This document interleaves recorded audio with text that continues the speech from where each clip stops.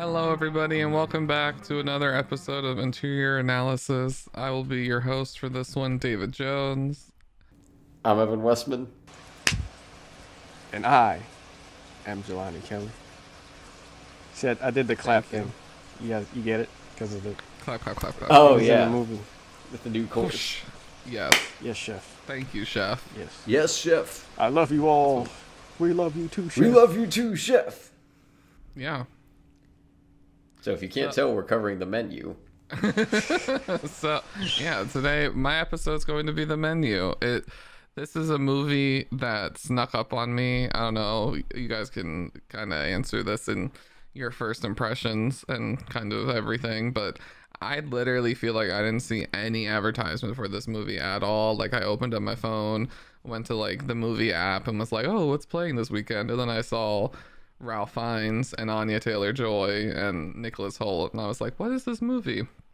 And I didn't watch a trailer. I didn't go see it in theaters. I caught it when I went to HBO Max, and I was very pleasantly surprised with this film.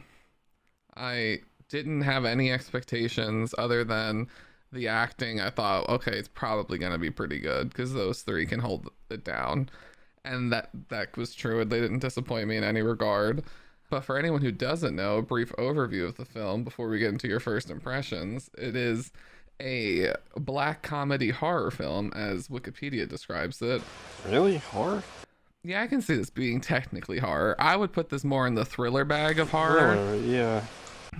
But I can see if people are getting like super anal about genre. Okay, sure, technically it could be horror.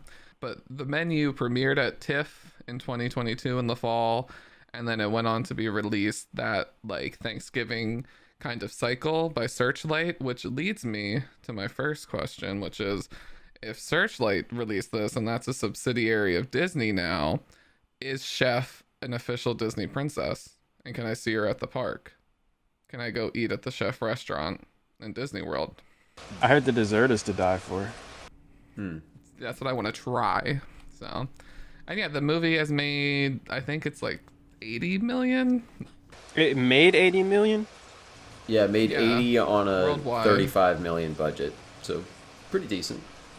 Yeah, it did about 38.5 domestic and then a little under 41 million in other territories. So it did pretty evenly across the globe, which is kind of cool. Most films kind of swing one way, and then like with Avatar's doing so much better. Not to say it's doing bad domestically, but when you look at its global, it's just like destroying its domestic. But this is very balanced, which I feel like is kind of rare. Yeah, it doesn't feel like it's catering to international audiences at all. Catering. Didn't even intend for that. Oh, that's a good pun.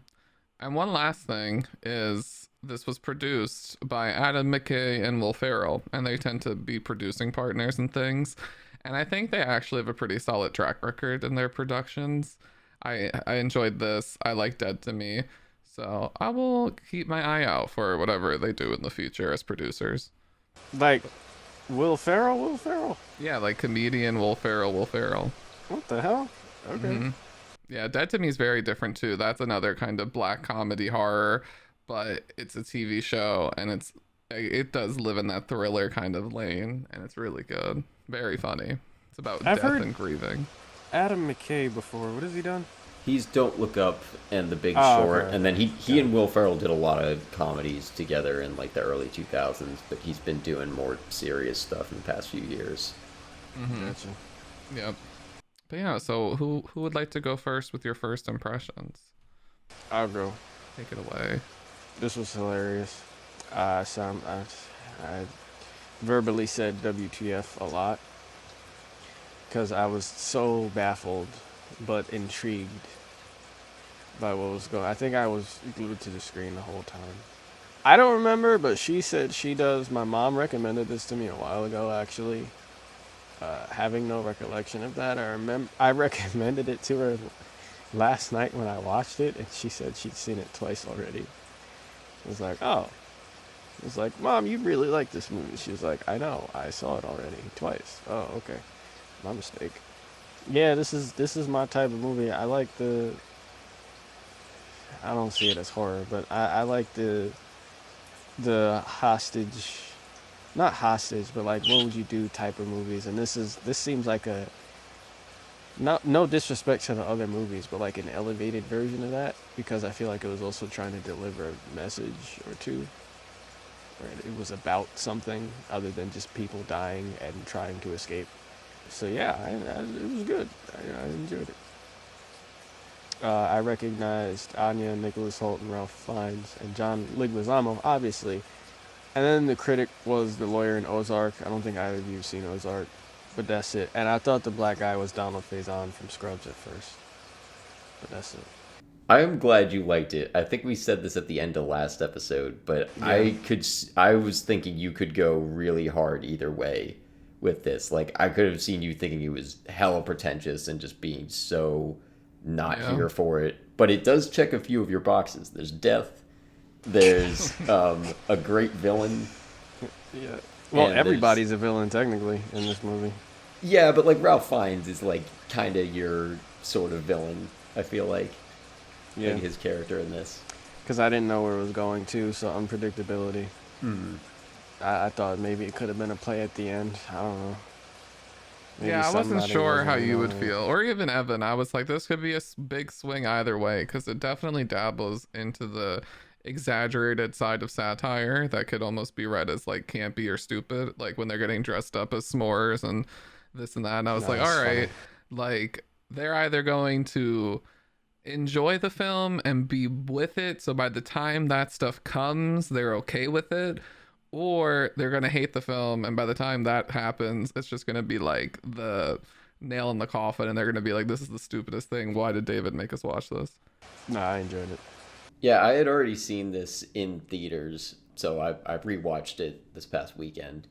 And I, like you, David, had seen basically no marketing for it. I made sure not to watch any trailers once I decided that I did want to see it. I'd seen like some people praising it and like had a few friends who had gone to it. And I was like, all right, I'll try this. But again, tried to like make sure I knew as little as possible going in. And turned out to be my number 5 of last year, which sounds low, I think, lower than it deserves to be. But when the top 3 are, no Everything, glass everywhere. onion, yeah, and everything everywhere, like number 5 means a little bit more last year, or it means better than it would in other years. A lot of the first 20 minutes of this, Jelani, you recognize the lady from Ozark. I had that with 4 different characters. I was like, oh, look, it's Lady True from Watchmen. Oh, there's the Vaulter guy from Succession. Oh, there's Donald Blythe from House of Cards. And then there's the dude who says he'll measure the most dicks from Silicon Valley. I was like, oh, all these people who I know from one. You remember Dick Measuring Guy, Evan? Yes, it's pretty funny in the show. He's like, if there's going to be a dick measuring contest, I think you'll find that I will be the one who measures the most dicks. And that's like all he does. He shows up for the one episode and then leaves, but I remembered him. Did he do it? No, it was he was using it as a metaphor, but it was still pretty fun. We should talk about No. Silicon Valley someday, but that's a lot to make you guys watch. But I really loved that show. Yeah, I thought the casting across the board though was like spot on from every part. Rewatching it, I felt like the only real difference I felt was like, I mean, I was trying to go into it like looking for a little more meaning, but knowing that Margot and Tyler aren't a couple and that Tyler knows they're going to die just like gives, I don't know if there's like moments that really read different, but I guess I had less questions about like, because I feel like they signal pretty early that like Tyler's kind of a dick, but the first time around I was like, okay, is this gonna be that like Margot needs to like realize that she shouldn't be with him, but then you find out, okay, no, they were never a couple to begin with. He hired her as an escort. I was questioning like why is she with him? Because he had said more mean things than anything to her up until a certain point. Then he cracked a joke, and I was like, is that why he makes her laugh? Is that why they're together? And then everything came together, and then he hung himself. But even like the dialogue in the beginning, you get a sense that like they're not. This isn't a normal date. Like they're going out to eat, And she's like, and you're okay that I'm not into all of this when like they're trying the stuff on the boat. And he's like, oh yeah, that's perfectly fine. It doesn't bother me. And I'm like, they either just met, like, and then they just walked on the boat together, or they don't know each other. So like that was the first inkling to me where I was like, okay, what are we doing here? And I thought she was trying to show interest. That's what I thought that was. But she was just like, okay, but I'm not into this. He was like, oh, that's fine. But she's here, so I was like, okay, so at least she's trying in their relationship. And then I found out it's not a relationship. Right. Oops. Well, they signal too with like when she puts in her name, like you see that it was supposed to be someone else. So I think the first time I was like, oh, so like this is pretty new, like maybe like I thought it was like an ex ex or something. Yeah. Because clearly he was meant to come to this with someone else, so like that pivot probably wasn't made too long ago. Yeah, I think that's the logical assumption. Or maybe I thought maybe she was like a mistress. I thought she was a rebound first date, and he was trying to like ball big to impress her. But when you rewatch it, it makes so much more sense. Only person he cares about impressing is Chef. Yeah. Very much. A little too much. Yeah. Well, that was the other thing. Like the outside of their relationship, like when you know that he knows he's going to die in the first half, I was like, oh, so he's like this is his dream to die doing this. Mm-hmm. So like it does kind of lend itself as he's trying to impress Chef, and like that's his that is the end of his bucket list probably. Like, if I can get him to notice me and approve, then my life is complete and I can die happy. Yeah, like happy. The second time I watched it, it changes for me how I view him, his like dickishness. Because the first time I watched it, it was very much so the experience you said. Like they show you pretty early, Tyler's an asshole, and then it progressively gets worse, and you're like, what kind of inhumane person would hire someone to die? And then you're like, oh my god. But then when you watch it back and you're like, oh, no wonder he was a dick. Like, he knows he's gonna die. He does not care. Nothing today matters. So he's just going to be his purest, worst self. But he's also like so aggressive. Well, and I guess that in it has selfish motivations. The way that he's like, stop, you child. Like when she's not enjoying what you're saying. It's the end of his bucket list, and he paid his money. And this person he hired is disrespecting it. Like, how could you? Like that would just take him over. I need to rewatch. I'm visiting my mom in March, and we're gonna rewatch. She wants to watch it again a third time. I need to rewatch it for that, to have that context, because that sounds like a different watch altogether than. Because I was pissed off at him, like him calling her a child. I was like, bro, why are you talking to her like that? And the snapping and everything. Yeah. You just snap at her? What the yo? Somebody drop kick him. And then looking back, now that you guys are pointing that out, yeah, he was finna die at the end of that night. So one way or another, that was it. He knew that was the deal, that Chef was gonna kill him. Yep. And Chef gave him the extra twist by being like, you know what? You can do it yourself. I mean, he acknowledged him, right? Just not in the way he wanted. Never meet your heroes. Yeah, that was crazy. But as soon as he said, I want you to cook, I was like, he doesn't know how to cook, does he? Oh, no. Tyler, what are you doing? I thought about like what I would do in that situation. I was like, I mean, my cooking abilities are adequate for feeding myself, but I guess I'd make fudge, and then because that's the only thing I know how to make. That's such like a pure response, especially after like someone just killed themselves for this. I would have been like cursing him out. I'd probably just make some eggs or something. That's if I really did have to make something, that's where I would go. I'm like best with breakfast foods. Yeah. Or like chicken cutlets. Pull a Charlie Brown Thanksgiving and just make buttered toast. A bowl of cereal. Of cereal. He said they have everything. You could just make a bowl of cinnamon toast crunch. Add cinnamon. Add more cinnamon so you cook it. You spiced it up. and some Yum. insanely pretentious kind of milk. Yeah, like, I don't know, cream cheese milk or some bullshit. Ew. That sounds terrible, but Yeah. My God. No, not cream. Yeah, wait. What goes on top of cinnamon? Like icing milk? I don't know. Eggnog. Milk. ooh, oh no, oh no. Good. Guys, I'm not a chef. I'm just suggesting. Neither am I, but this doesn't sound good. All right, fine. You suggest the milk then. I don't have a suggestion. I just That's what I figured thought. there's You one can't out cook there. either. So Like- you would have hung yourself too, huh, Evan? No, Yeah. I would have just been like, Yeah, that's sorry, crazy. this is the best I got. That's crazy. I'm over here just giving it my all when it comes to milk suggestions, and you just like, no. Yeah, nah, that's crazy, right? I don't even know how to talk about milk like That's that. though. I don't crazy. drink milk. It's I know whole, crazy. skim, and 1%, and then strawberry and chocolate. What milk. about almond milk, Oh, yeah, oat what is milk, that? goat milk, Coconut milk? yeah. Anyway.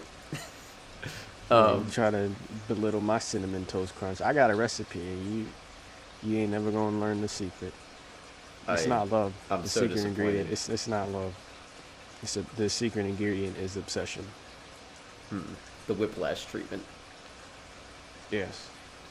I All mean, right. is What? that everything for initial impressions? Yeah. I mean, I guess the only other thing was like there was a little bit of catharsis I have at like having worked in a few restaurants and having some, customers who are not excellent.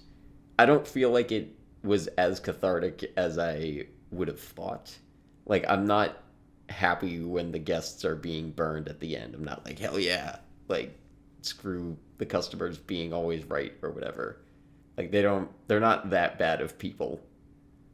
But there was some stuff where I was like, I felt like my kitchen experience is a strong word, but like, there was some places I felt seen as a food service person, past and present. That's good. And I'm glad that you seeing the elements you identified with didn't make you condone murder later in the film.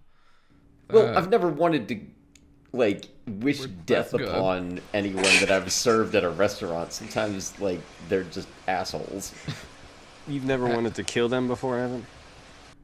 No, but I think I'm probably not the only restaurant worker who felt a little bit of, like, yeah, like, I would like to at least get some kind of retribution on customers. Certainly not this far. Oh, wait. I also wanted to mention the food looked trash.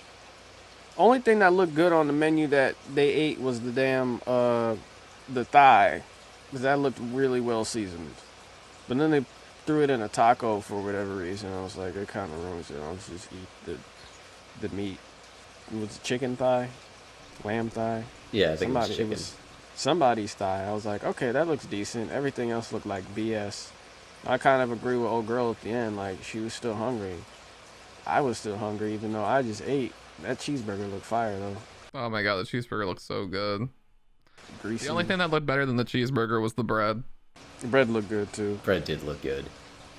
I'm not even a bread guy like that. That bread looked crunchy on the outside, soft on the end. But it's for the common man, so we get no bread. No bread.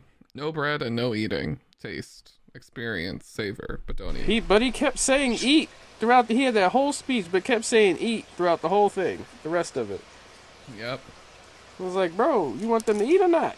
And that's why I was glad. I was waiting for someone to throw it back at him, and our protagonist eventually did, and I was like, thank you, my god. Yeah, he was And like, he didn't "Madam, even you know does that's he even not what have I a meant." response? She's like, but you told not to eat. Oh, ghetto! And he's just like, ah. No, he Checkmate. said, madam, you know that's not what I meant. Oh, right, okay. He takes a beat though. He's like verklempt. It like takes him out. He's like, whoa, that was not ready for that. And then Nicholas Holt's like in the background just fuming. But if that's all for initial impressions, we can get into a topic. Does anyone want to start first? Because I think it it- go anywhere. Be best to start with yours.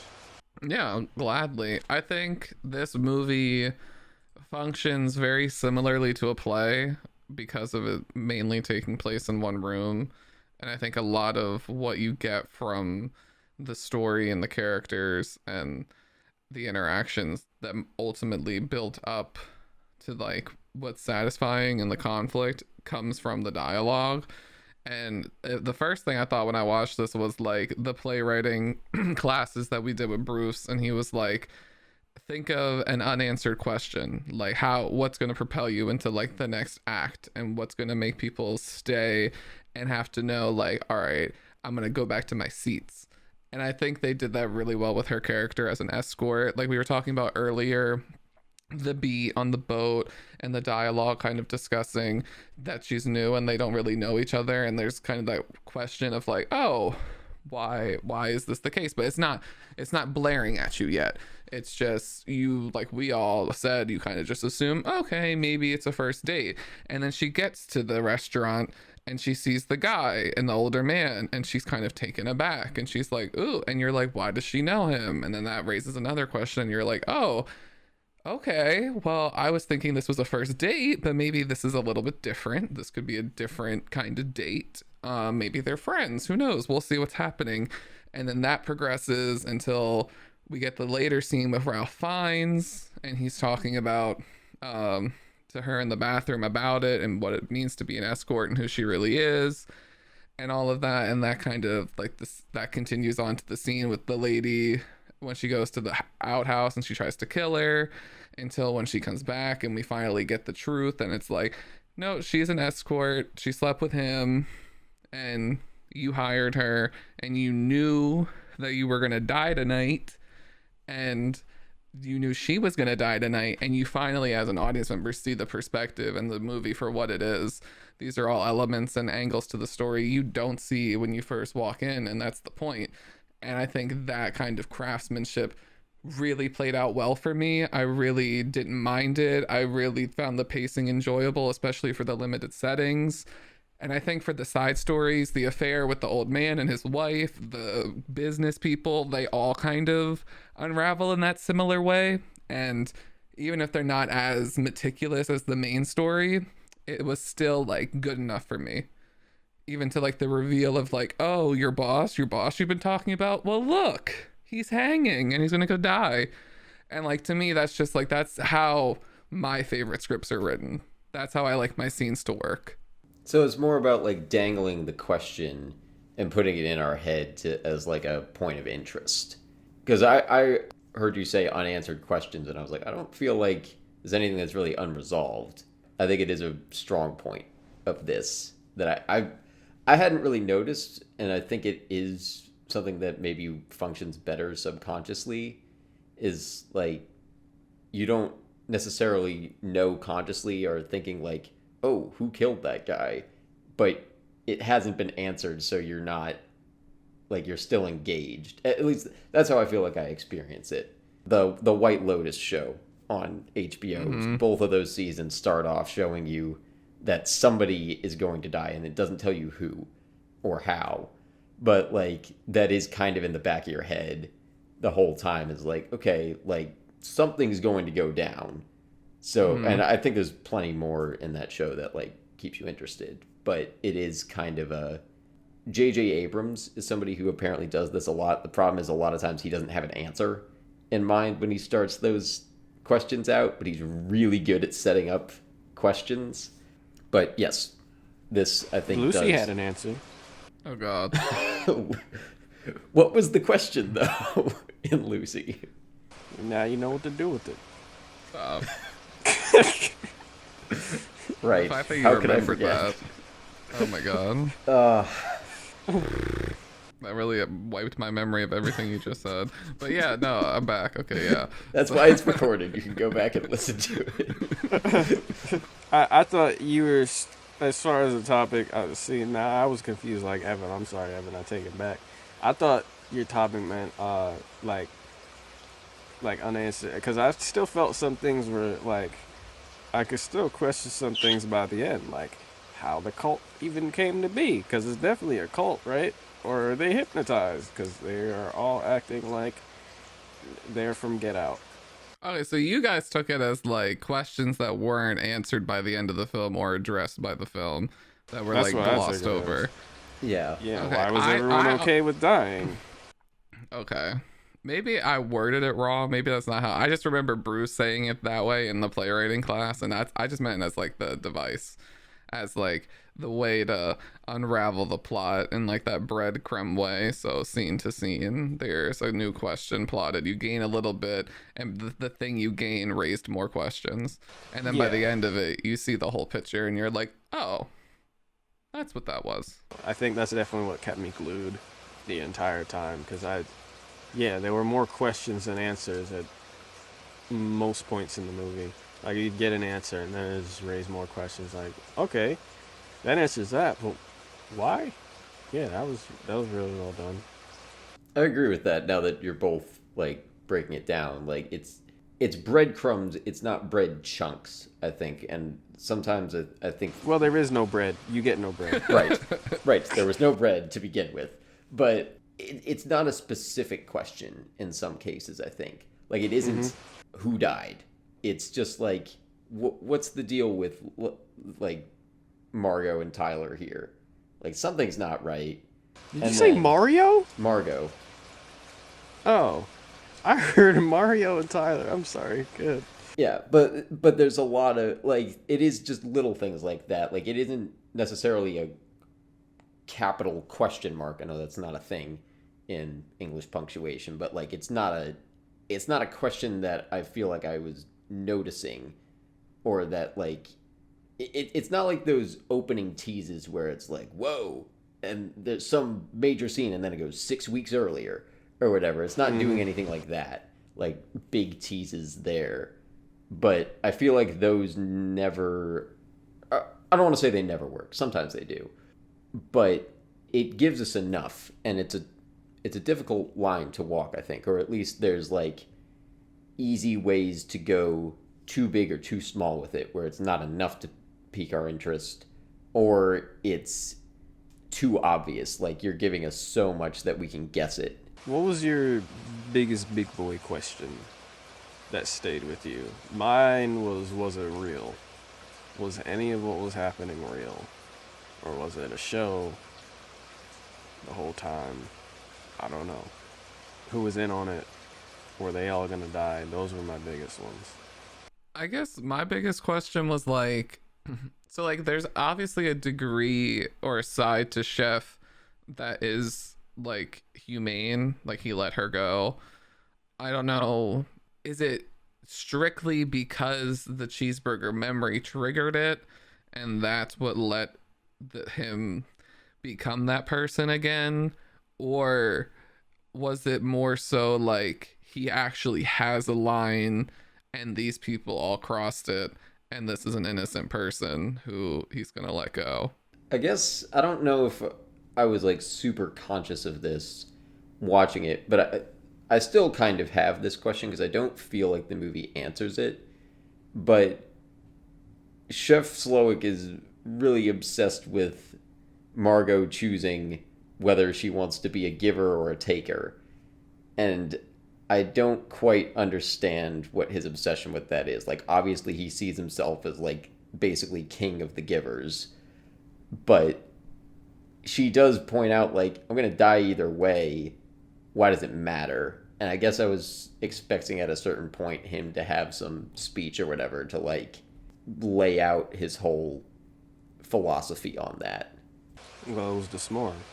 Especially since the thing that made him let her go was her taking. Like she does the most takey thing, which is order off the menu and demand exactly what she wanted to eat, and he made it. She did the exact thing he said not to do. Because he said someone else, they were like, no, what's on the menu is what you'll get, nothing more. And it's like, okay, now this is a completely different situation and you've approved it, but now, like you're saying, you were condemning her for being a taker. Maybe he realized she was the main character, because her genius idea to get out of there kind of came out of nowhere. No, she was just distraught and distressed, and then she was just like, click, all right, time to end the movie, and spun around and clapped, and then won. She won the game. Yeah, it doesn't seem like a cheat code that the evidence of the night up to that point would have been able to point to. It wasn't like, oh, of course, And I think maybe, like, I have a theory about what I think the cheeseburger is doing in the movie. What does the In my topic, cheeseburger mean?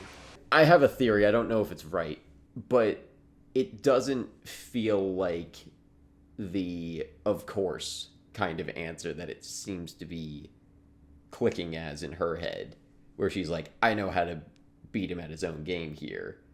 Like, I don't see that there's evidence that would lead her to that. The evidence in that case, no. I don't know what in that moment. Again, I think it was just because she was like, all right, time for the movie to end. But I could understand, like, she was playing it like it was a restaurant, and she turned into a Karen and said, I don't want my food. Technically, if she did send it back, he technically couldn't kill her because that was at the end of the night. And she didn't like the food. She was still hungry. She got a burger and got out. So it kind of made sense to me, but I don't know what triggered that click response from her. That's it.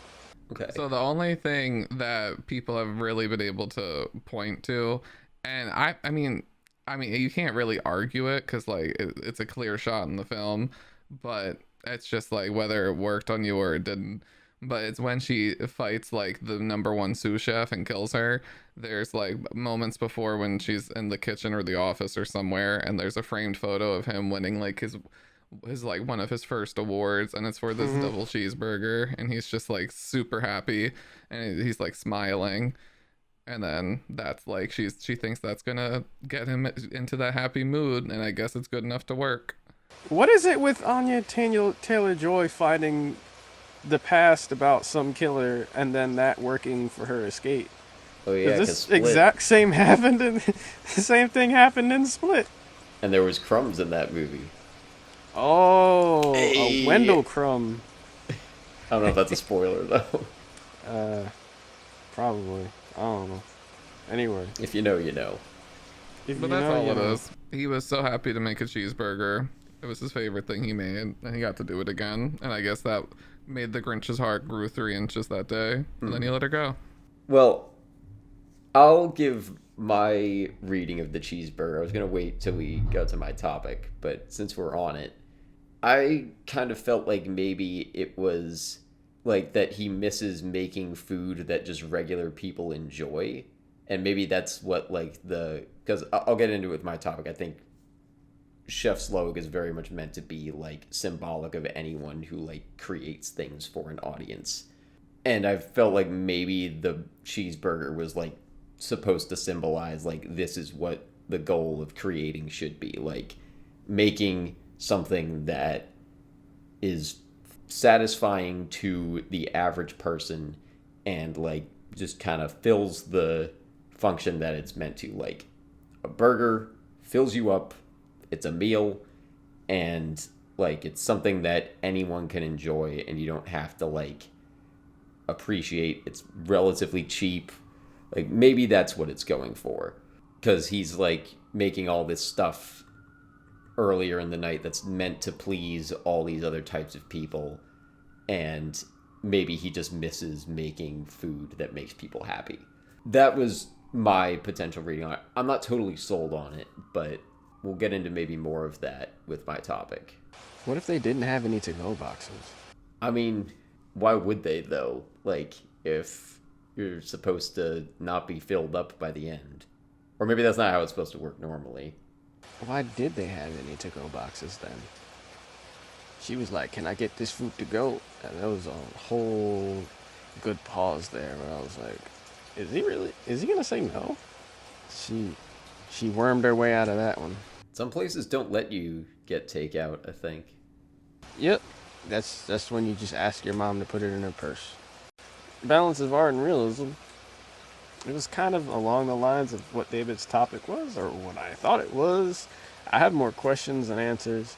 Like, how could he get this? How could anyone get this many people behind him? Like, I believe the chefs, it had to be like a cult, right? Because they were way too into this.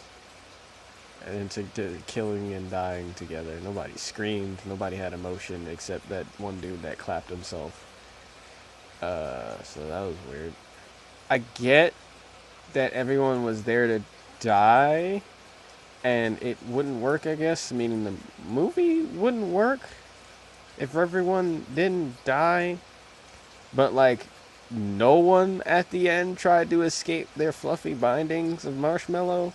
I felt like there should have been a little more resistance at the end. You just had old girl praying in the corner as she shivered to death from she didn't die from shivering, but she was terrified. And then everybody just kind of sat there and let the marshmallows get wrapped around them. It was just like, y'all just gonna chill in this, huh? You just gonna sit there and roast? I feel like there could have been so many different escape methods. Like they could have. I feel like they could have swam or something. Like she wasn't that far out from the boat, on the boat, and I was like, she could still see the island. You could swim to where she was, honestly. Like I don't know, but those chefs were also different, like robotic different, when it came to chasing those people and finding them. So I don't know. The black guy tried to make an escape, and I was like, yes, go. And then he tripped and clocked himself. So there was that. Normally in these types of hostage, what would you do movies, there's always one person they try to make an example out of, but it's always the one most desperate to leave, being like the old white guy, I think. But he wasn't killed. Normally that person is killed to show the others and audience that the captors are for real. But that role was given to, what's his face? What was the old dude that shot himself in the mouth? Jeremy something, I think. You're was talking about the something with a chef, J. right? Yeah. Yeah. Yeah, I guess that was that. My biggest question, because of the art and realism, for realism, why did no one else send their food back and order a cheeseburger? Again, for the sake of the art of the movie, I get it. Margot being the only one to have seen his past, and the only one among those to be killed not to belong there because she was a giver or whatever. Even though she, like you guys said, ended up taking in her whole speech there.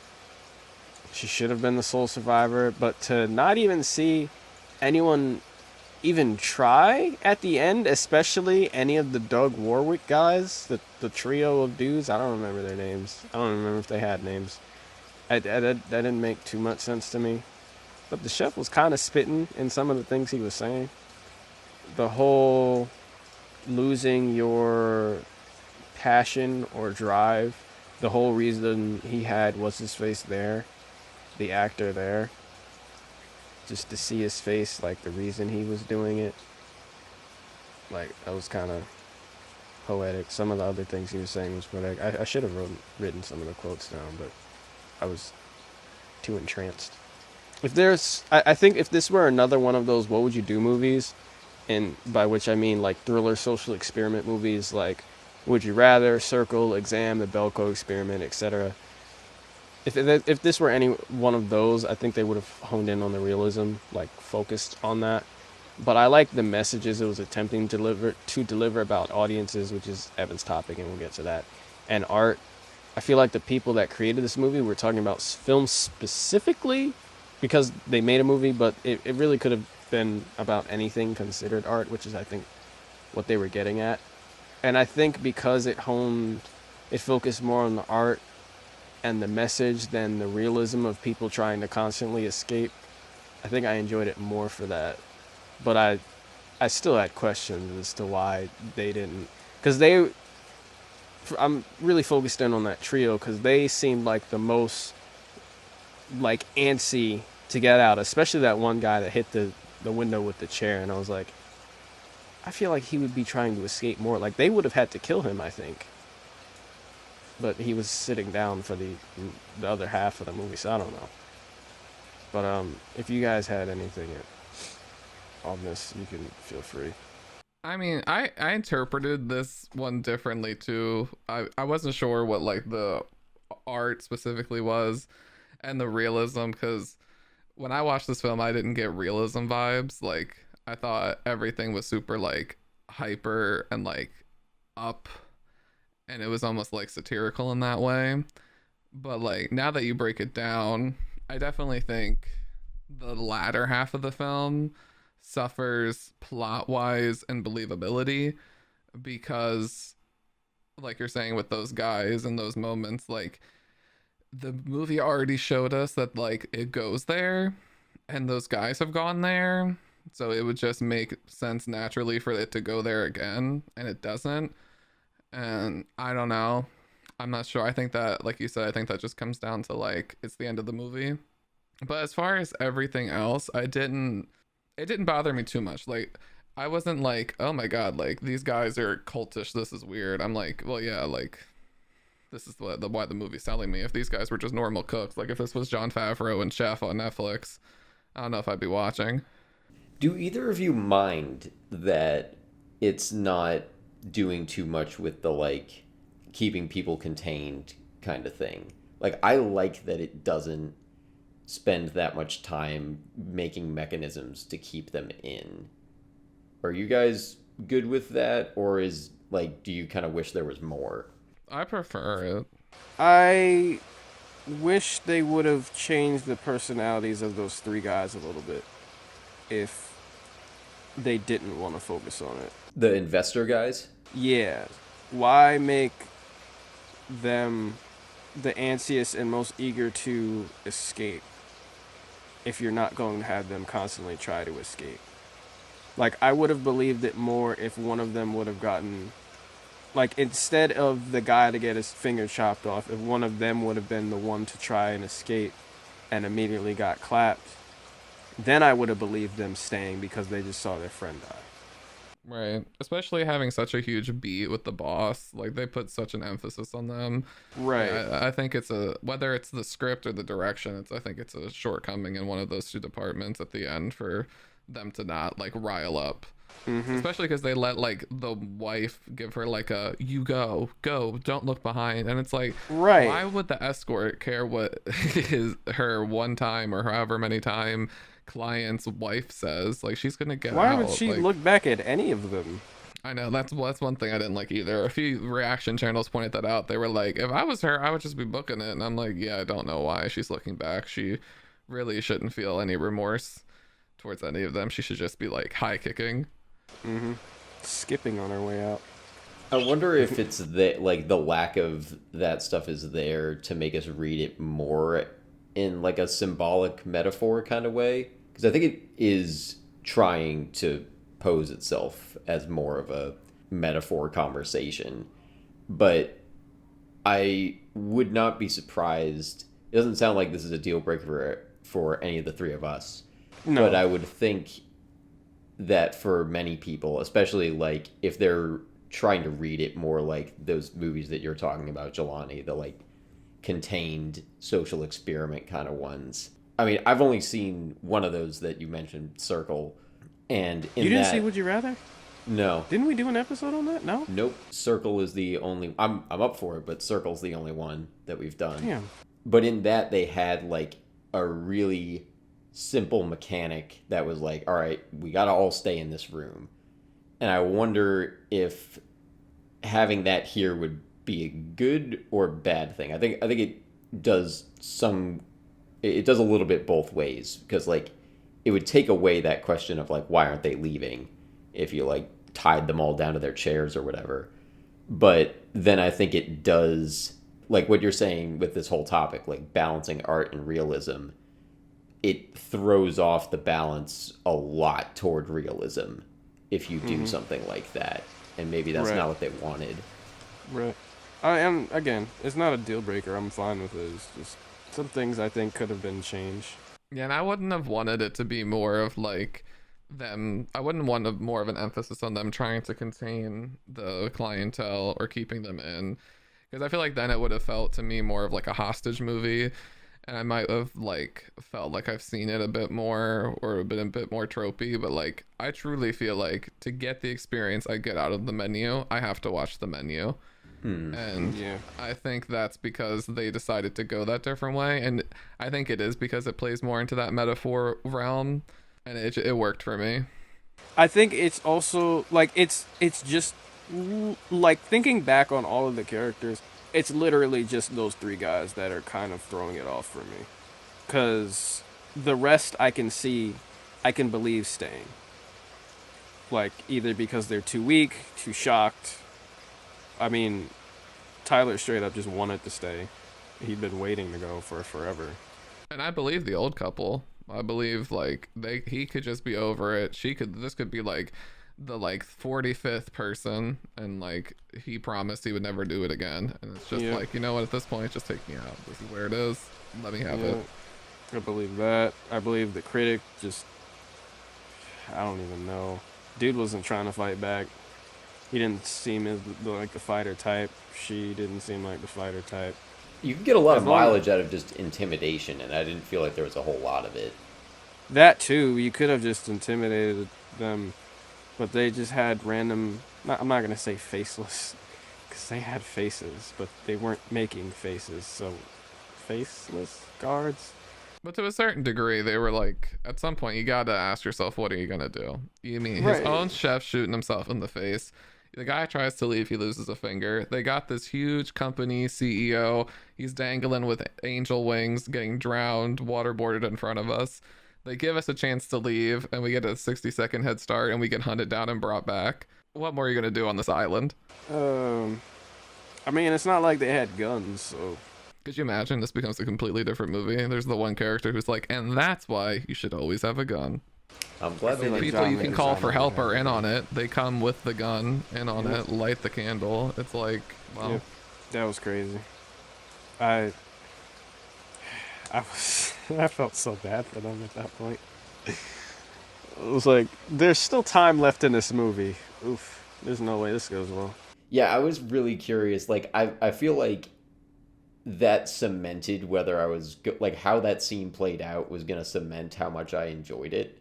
I think because I feel like I would have felt kind of betrayed if he was going to help them, because then it just like throws off, like, I don't want that. I want to see Chef Slowick like get through his whole night like that. Okay, so you're a psychopath.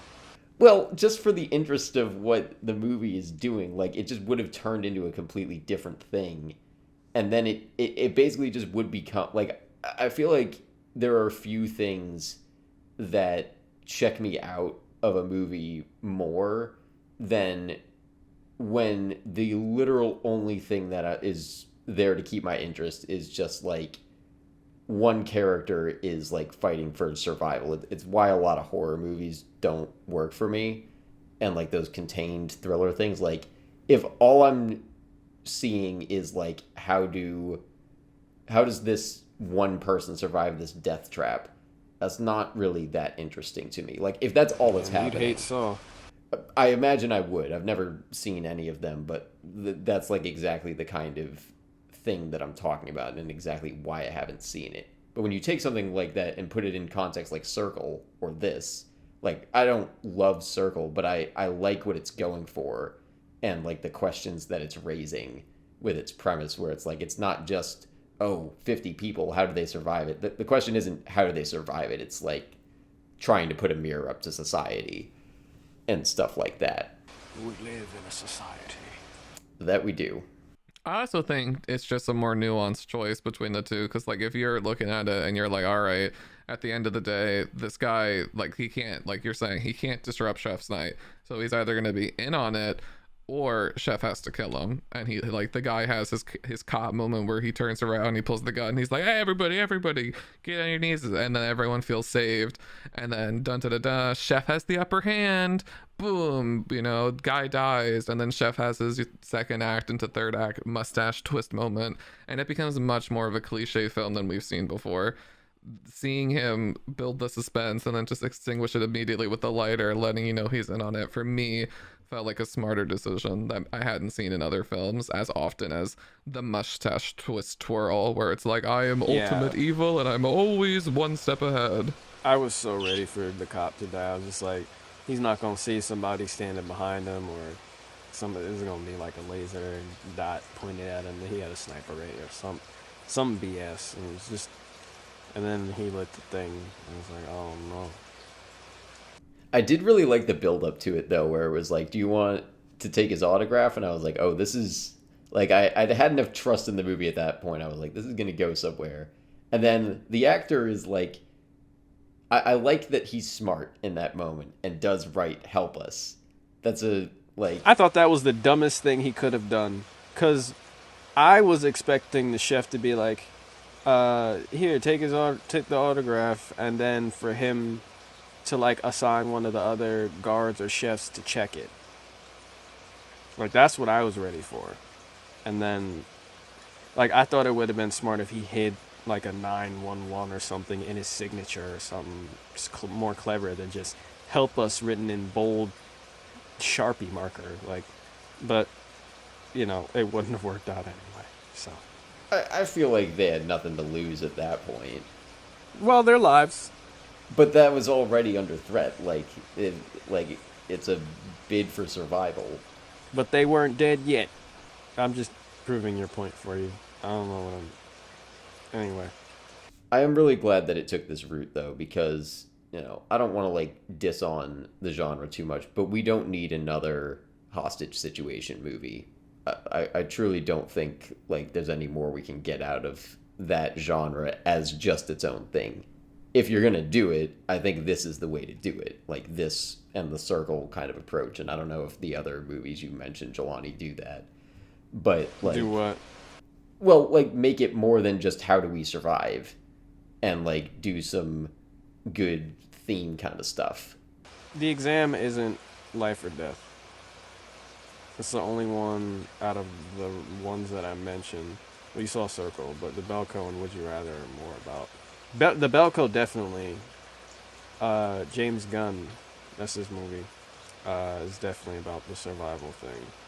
Is it? And it's just the survival thing there? I want to say... Not class, what is it? Structure in the workforce as well. Job status. I want to say it's about that too. Just a little bit. I mean, Would You Rather is definitely survival. And choice. Lesser of two evils. All of that. Nah, that's all I had on it. I like that it went more art than realism. Because that separates it from the movies I mentioned, I think. I agree. So if the menu tried to be gritty and super real, I don't know. I think I would be more uncomfortable than anything because I think the way that ends up finding an audience is when it becomes more of a Saw, Terrifier, gore porn film, and it becomes hyper real about the dismembering of the bodies and the clientele, and it leans much more into the gore horror than They didn't even show the finger being chopped off. No, this is all conceptual thriller, and I that works for me with this. Yeah, I also bought the comedy more because it leaned more towards art than the realism. People wouldn't be making jokes if it was all about survival, but because it's more towards the art, the comedy landed more for me. Where did you go to school, Brown? Student loans? No, I'm sorry, you're dying. Yeah. I feel like anytime, and this happens in Circle a bit, I feel like it kind of circumnavigated it a little, but basically anytime the goal just becomes survival, it basically takes away a lot of who that character is, which there's some situations where that works, but it's not many. They just become person. How does person escape this? Well, that's everything for art and realism. We can get into the audience with you, Evan. Yeah. So I have a lot of thoughts on this, but I want to open it up to you guys very, very broadly first. So what do you guys feel like it's saying about audience and the relationship between creators and consumers? Each customer is a different type of audience member. Agree. I got the customer is always wrong.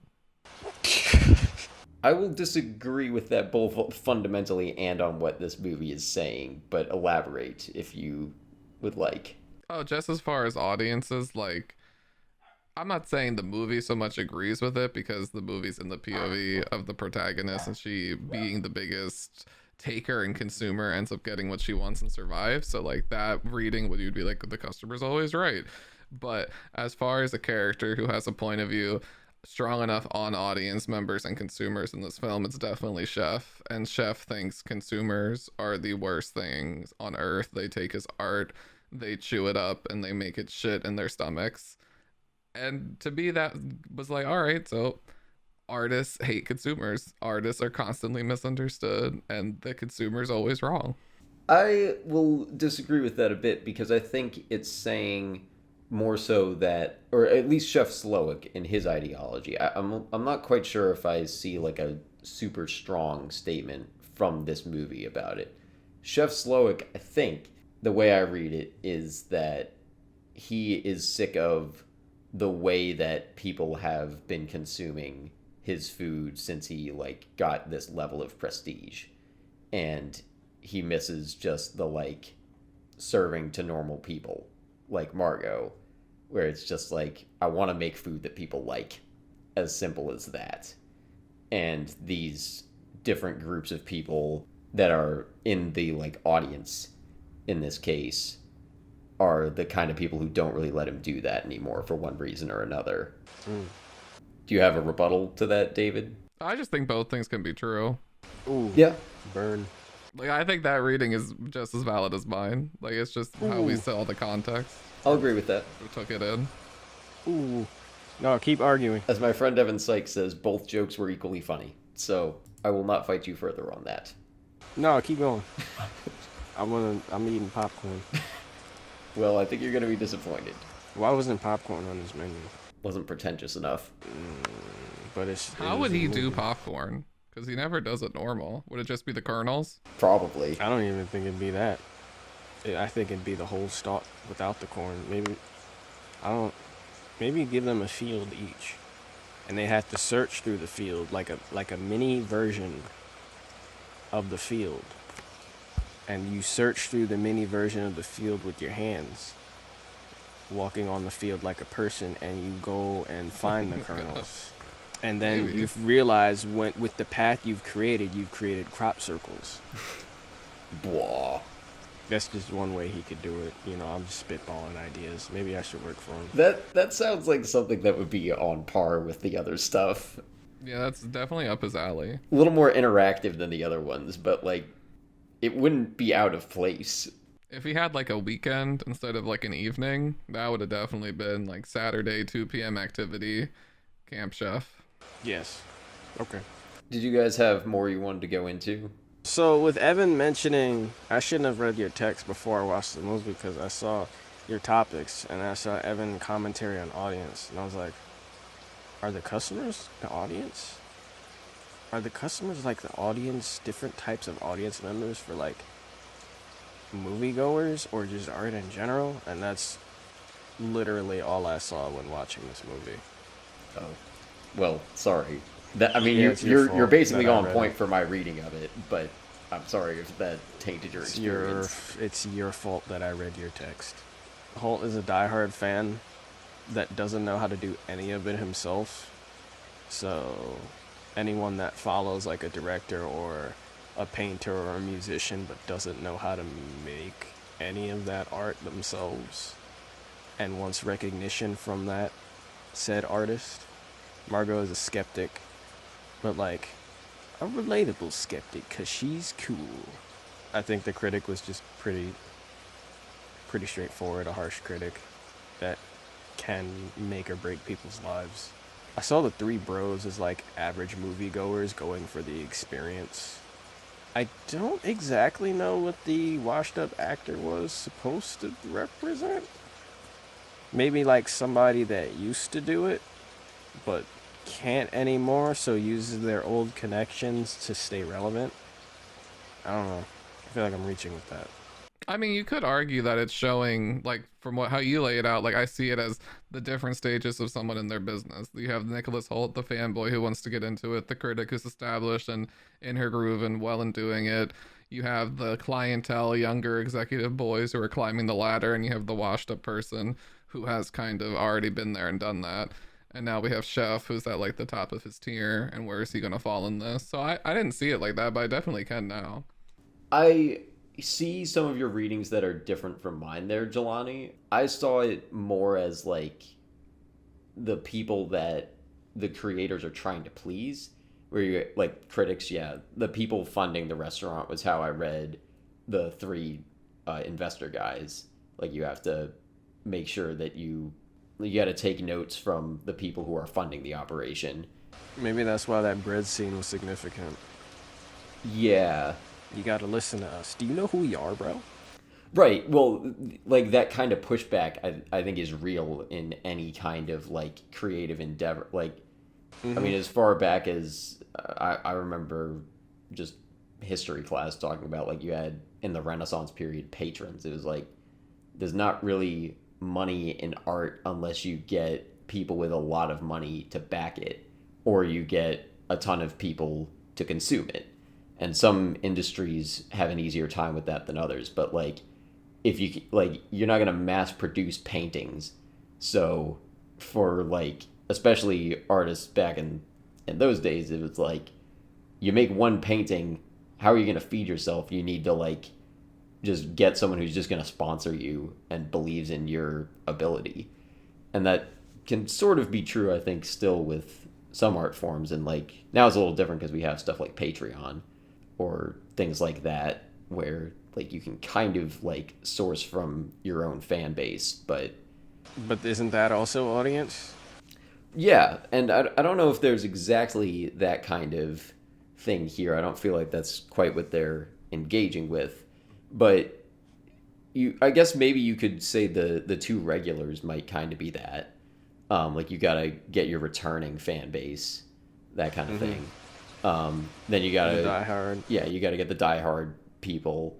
I was thinking that the actor was like celebrity endorsements, like some celebrity is just like, oh, I love this thing, whether they're being paid or not. Especially if they aren't these days. Like, if they can endorse your thing, that can just drive a lot of traffic to your product. And then you have the Margos, which I would say is most of the world of like just regular people who want to eat or whatever the equivalent thing is. So like all of those people are like who the creator has to please, whether for funding or marketing or validation or profit or to just keep their reputation up.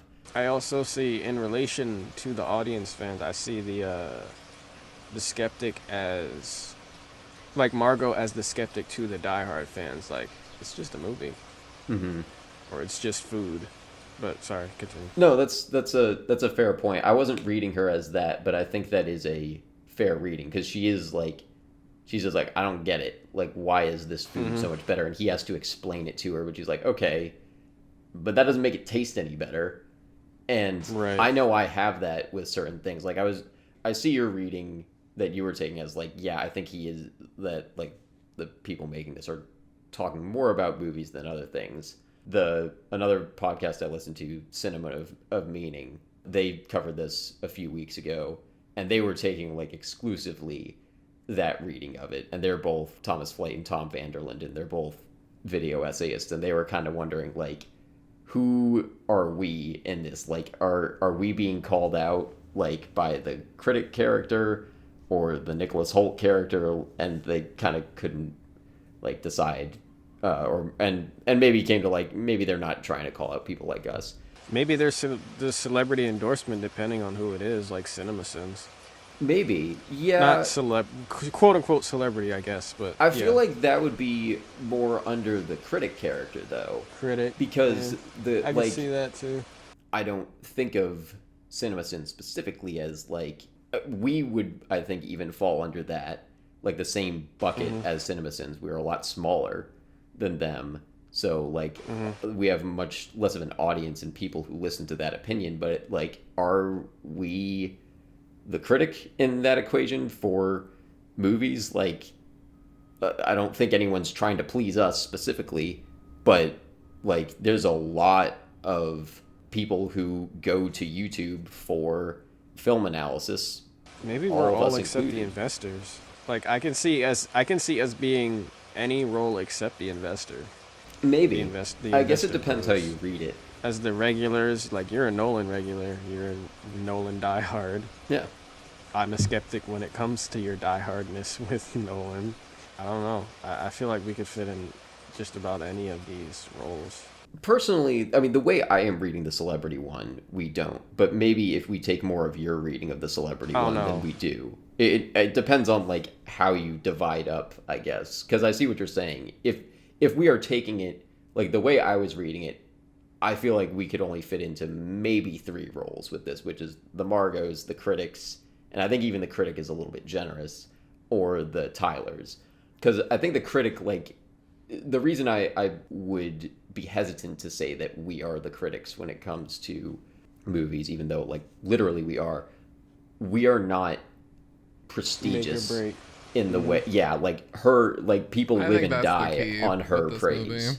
But collectively, I don't think there is one YouTuber who does make or break a movie's success. But collectively, like all of the YouTube critics, they kind of can. Like if something gets review bombed, then it's over. Morbius tanked this past year because of that. Or I think there was probably something else that did too. Like if pre-reviews or like really early reviews of stuff are really bad, it doesn't make money a lot of times. I mean, there's certainly exceptions to that, but like Didn't Morbius tank twice? yeah. Like they re-released it because of memes. They're like, oh, obviously people want to see this now, and it tanked worse the second time. Yeah, I remember hearing about that. And I feel like that kind of has a place in like the conversation this movie is having. It's like if I don't know what kind of food would be eaten for the meme, but like the way that people consumed Morbius for the memes. But like there's just so many people that they have to please. And I was also thinking about this in terms of like whose opinions do you trust about the things that you consume, particularly for stuff you enjoy, whether it's like food, movies, music, books, It sneakers, depends on the thing. wine. I was answering. It depends on the thing. Yeah. Like, it depends on whatever the topic or thing is. Like sneakers, I'm pretty much just gonna trust myself. Whatever sneaker I like, I'll get. Music, I have such a weird, vast taste in music. I really don't trust anybody, but I'm willing to accept any recommendations. And if I like it, I'll add it to the playlist. If I don't, I don't. Movies, I kind of don't. I pretty much only trust my brother when it comes to movies because he's known me probably the longest and the most. So whenever, and same with food as well because he knows my taste buds. Because I'm a very picky eater, and growing up, he would know what things I would and wouldn't like. He would eat anything, but so You sound exactly like me and my older brother. Like that is the exact dynamic there. He used to be incredibly picky. yeah. So I feel like food and movies because once he recommended me Bullet Train. Like I had my friends Hassan and Chase recommend Bullet Train to me, and I was like, Hassan recommended me Barbarian, so not entirely sure on that recommendation. But then my brother recommended me Bullet Train as well, and I was like, all right, I'll watch it. And I ended up loving it. So yeah, that's what my brother with. Yeah, it depends on the thing. Sorry, long. No, that's fine. I was actually gonna like kind of open it up for that. I was just thinking about it in terms of like the characters here. Like, do you trust the celebrity endorsement? Do you trust? You were talking Absolutely about like not. friends and acquaintances. I think most of us have a like. It does depend on the person there. Like you, my brother is the only person who I feel like has watched enough movies with me that I can trust. Like if he says you'll like it, I'm like, okay, I probably will. You guys are probably up there at this point as two people I would trust just because, you know, I feel like we know each other's taste pretty well by this point. Yeah. But even you guys would probably be secondary to him. And like there's a lot Wow, of I'm other hurt. people who like I don't even need to like know that I'll like it in terms because I'm also like much more experimental when it comes to movies. But for TV shows, I guess is a thing where it's like I have to hear a lot of people endorse a TV show if I'm going to commit That's the dedication. time. Exactly. It can't just be like 3 people like, oh, that's good. It has to be like everyone is saying this thing is great, and then I'm like, okay, I guess I'll try it. It takes a Oh, my mom is another person I trust with TV, like especially TV shows. She's recommended me a couple of things I ended up enjoying. But sorry, good. well, just other groups that you can have is like randoms on the internet. Do you trust them? Somebody who claims to Absolutely have not. good taste? Yeah, I don't either. Yeah. Or like YouTubers and podcasters, like prestigious magazines or whoever, like the I'll take the YouTubers and podcasters over the magazines. It depends. It also depends on the YouTuber and podcaster. right, but the Do ones I you go listen to. to this? Yeah. I think at this point, most people who are in those circles have like the ones that they go to and who they trust like that. And when I say magazine, I mean it more broadly. Just like I always wonder when I see those like review when they come out with the trailer for something a week after the movie comes out, and they're like, critics are going crazy for whatever. I'm like, does that actually draw anyone in? Like, I don't know that anyone really cares about what the New York Times has to say. Well, IGN said this game was a 10. I'm definitely buying it then. Yeah. And I think it's different in different fields too with that. Yeah. Like for instance, people have like decried a lot of award shows at this point. I know the Oscars gets dragged, and I don't really follow other award shows well enough to know, but I would imagine I know the Grammys just happened recently, I think, and people got upset about something that I don't know what. But there's like an elitism that is felt a lot of times with those award shows where like their taste is not in line with like the public's taste in some cases, or they try too hard to cater to it and things like that. And I feel like for basically anything other than movies, I'm pretty much a Margot when it comes to everything else. I am a very simple creature when it comes to music. Food, I just care about like taste, nutrition, price. Drinks, it's just like, is it cheap and does it taste good? And then when it comes to like paintings, like visual art, I'm either that's cool or I don't get it, or that's very impressive. They should be paid a lot of money. And I leave it at that. And I don't know how true that is for other people. We were talking before, video games, I know nothing. That is a field where I feel like some of what I say about video games probably irritates real gamers the way that I get irritated when I meet people who like have only watched MCU movies, or basically just that, like who have just incredibly basic taste. I really hate the moments of this movie where I see myself in Tyler with his like gatekeeping and elitist like tendencies. Like I try to not be like that, but I have instincts like it, or I have to just be like, it's okay for people to like the MCU, even if you think that they are ruining the film industry. Don't ruin this for other people. I don't know. Like, I'm sure there's that with other things. Like, if people looked at my music taste, they might be like, you're so basic, or how do you enjoy this terrible basic thing? And I'm just like, it has power chords. It's I don't ever judge people based off of their music taste. I don't think you should. Unless you listen to death metal. I mean, I don't enjoy it, but I wouldn't judge people who do. No, I'm kidding. But there's just some music genres I just don't understand. That's one of them. I'm okay with country, but death metal where it's just screaming and just... I feel like one song would give me a headache.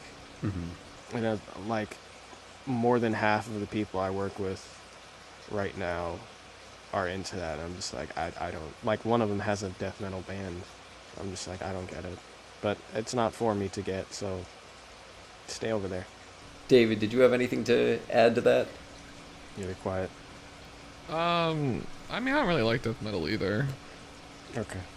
or like screamo, but like, I mean, that's why there's other genres, you know. Did you have anything with like just the whole audience? Who do you trust thing? Oh, I didn't my mean. bad. I'm so I mean, if you sorry. want to give your opinions on death metal, that was not what I was asking. I'm so sorry. That's my bad. I mean, I pretty much read it as like I said, to me, this whole thing plays as like a satire. Like everything seems really heightened and exaggerated. So I was pretty much like, okay, this is if I'm writing a movie about, I'm going to satirize like the highest end kind of upper echelon of restaurant and the clientele that would go there, it's like the politician, the critic, the celebrity, the business executive who, like, I didn't read it as like movie guys. I read it as like, you go to like a sports, like you go to the NBA and like it's like two like 28-year-olds to like 32-year-olds who are like sitting courtside, and you know they didn't afford those tickets and they're only there because they're really good friends with their boss, and their boss has like season pass tickets and he lets them in. And I was like, okay, these are like the people who are like, oh bro, like I worked really hard this year and Mr. Da gave me like, we're going to the restaurant, like this is crazy. And like that's, I got sold on all of that. And as far as like the art kind of commentary or theme, I kind of just kept it very where the character put it. Like, I don't think, for me at least, the movie did enough for me to really challenge the theme and the other characters' perspectives. I pretty much was like, okay, yeah, like this is the creator, the chef, the artist, and he's making his creation, his art, and for him it happens to be food.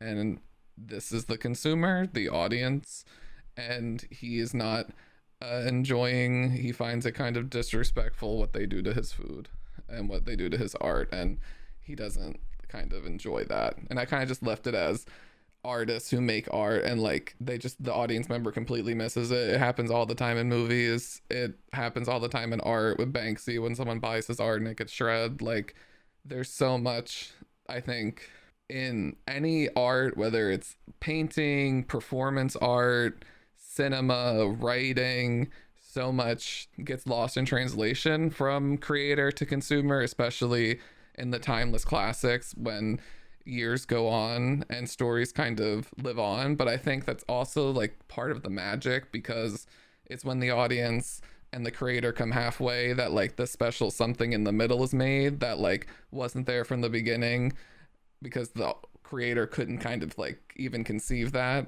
because no, like we're not God, but the audience members and the kind of humanity of the story is found. So I feel like, you know, that's just kind of the give and take of art. You're gonna risk being misunderstood because maybe someone's really gonna get you. But with artists and with musicians and all of that, and actors and all that other BS, none of that matters, because when it comes to food, it's playing with life and death itself. And he's it's like the same thing that God does, you know? Well, that to me was like, I read the food choice, because I did read this as completely satirical, as like, of all the art forms, quote unquote, to have, the culinary quote unquote arts, to me, not to say it's the least arty, but to me it's, if you're going to look at it, it's the most comical art, because it's derived from such a basic human need and function and instinct of eating and consuming and food and hunting and gathering, versus like, you know, the Renaissance painting. There's no art in an apple that you grab off a tree. Right. So like that, to me, that choice, making him a chef and making this culinary, really drove home the pretentious and like the satire of it all. And I was like, yeah, like quote unquote art, but like you said with the main character, like it just comes down to the consumer. What do I want? What do I want to eat? Let me eat it. This is food. Yeah, I think there are readings that this movie kind of has to like make sure it hits, like it still works as this is food, and there's kind of specific things to food that make it different to talk about than other art forms, because and you know, no matter which medium they would have picked for this, that would have been true. But yeah, like you're saying, like we all got to eat regardless of how fancy it is, but presentation is like apparently a big part of it if you want to be like an actual chef. Nah, the cream cheese milk ain't looking so bad, huh? You hungry, Evan? No. Cinnamon toast crunch and cream cheese milk. That is not making me hungrier. With extra cinnamon. That's my magnum opus when it comes to food, man. And you're gonna... We'll have to make it for us sometime. No, it sounds gross. Yeah, you don't have to. One other thing I wanted to bring up with it, there's a lot of little comments that we get to hear from all of the customers as the food's coming out. And like even when Chef Slowick is doing his monologues about each dish, and then they all get it and they're kind of like, like I feel like they're mostly dismissive, except for Tyler in most cases, where he's like seeing the whole thing, and then the critics are like, oh yes, because he's always seen food as a history of class or whatever. But then a lot of the people are just like, wait, we don't get bread. What's happening? And I feel like it is like it's part of the conversation of this theme of like you can put all the effort you want in, but some people are just gonna go like, it was okay, and that'll be it, and that'll be their only reaction. And I feel like they are sympathizing with creators more than the audience with a lot of those like little comments where they're like showing like this is just so dismissive. Maybe I'm wrong about like the bias there, but that was the sense that I got. Do you guys agree, or I don't know if you had anything to add? Is to that. Margot that person? Well, kind of. No, not the only one for sure. Like you hear it from a bunch of the other characters too, I think. And there's an extent to which like I feel like a lot of them are kind of underappreciating the experience, or I mean, you can read it that way at least, where like the regular couple like that comes back a bunch of times, they are like so kind of numb to it. Yeah, they're like this thing that is supposed to be special for so many isn't special to them anymore. And even the investor guys are just kind of like, they don't seem to really be appreciative. One of them's like, well, I hear you pay for the experience, but I'm like, this isn't food or something. I forget exactly like when one of them says it, but I know there's one that's like, yeah, my dad always says you buy the experience. Like, kind of trying to be like, I guess we're getting our money's worth, maybe. Remember they kept bringing this. What was it? Something was you're broken something. Back to the critic. Oh, wait a minute. I'm remembering this, but I'm not. It's like the broken dip soup thing. Oh, that yeah. he sent to her specifically. It was like a special dish, yeah. Yeah, where the like sauce got separated, and she was like, got separated. Yeah. And they were like, oh, okay, here's an entire pot of it. Yeah, that's like when a director or whoever, an artist, sees one critic say something and then enhances that or focuses on it in their next project. Like, Oh yeah, see, it's like critic? if Tarantino made a film with just feet. Okay. Well, yeah, but you do. I mean, I can say one specific example of that I know has happened is the second season of Westworld. Apparently, like whatever plan they had for it, someone on Reddit or something guessed what they were gonna do, and then they pivoted and made it like insanely convoluted so that nobody could guess it, and it kind of ruined the show because they were trying so hard to like cater to the internet.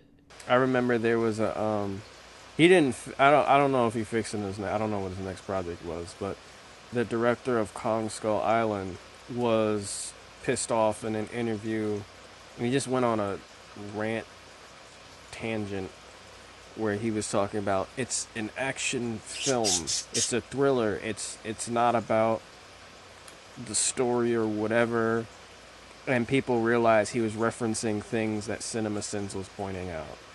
Like, yeah. Well, if I recall, he like went on the Honest trailer for that movie. I think I watch most Honest trailers. I don't obviously watch. They're kinder. They are much kinder from what I can tell. So our next episodes are going to be 8th Grade, which is on HBO right now, and Bullet Train, which I believe is still on Netflix. You can subscribe to our Patreon for $1 a month, and we have a new episode out on there. It is not really about anything, so if you like us for our insight, thank you, but do not expect any of that in this new episode, because it's just the tangents that we had from this past year. I just kind of saved a lot of them and then put them all together in one episode, and then put little interludes of songs that I like in between them. Hopefully that won't get copyright claimed. Hot Milk. Hot Milk. There's only one Hot Milk song in there, actually. But it is. But it's so memorable of this band name. It's a great band. I recommend people look them up, because they're like the best band that I've discovered in the past couple of years. Watch out for their rivals, Cold Milk. Or maybe cold orange juice or something. I don't know what the opposite of milk would be. Anyway, you can check that out. $1 a month. I mean, you can check out Hot Milk for free. But check out our tangent episode featuring a lot of songs, but only a few seconds of them, and a lot of tangents from us. You can hear us talk about what Titanic directed by Quentin Tarantino would be like. That's one of them that I'm remembering. When I casted Sam as the iceberg. Yeah, you'll get to hear my Tarantino impression, which I won't do here, just to, you gotta pay for that. But there's a lot of fun tangents on there. You can check out our YouTube channel. You can rate and review us on Apple Podcasts. Our logo's by Kelsey Hendry. I am on Letterboxd at ev_Wes, and where are both of you? Instagram, Jelani T. Kelly. Twitter, I don't even open Twitter anymore. Jelani T. Kelly. And YouTube, Jelani T. Kelly. Yay. I'm inside of that to-go container because I'd want the burger. So I was wondering. I'm there were a just few right in spots there. in this one that you could have gone. Snuggled up said right the in a nice island, corner, biting kitchen. into that burger. That burger looked good. Burger did look fire, especially while cooking. I know they did. They put did the do cheese some on it. like really good like food filmmaking in this, where it was like, wow, that burger looks good. I didn't need like the insulting foreplay where he told me it's gonna taste like when I was poor and I couldn't afford anything, but it would look delicious. Yeah. Okay. So thank you guys for listening, and we will see you next time. Make sure you eat.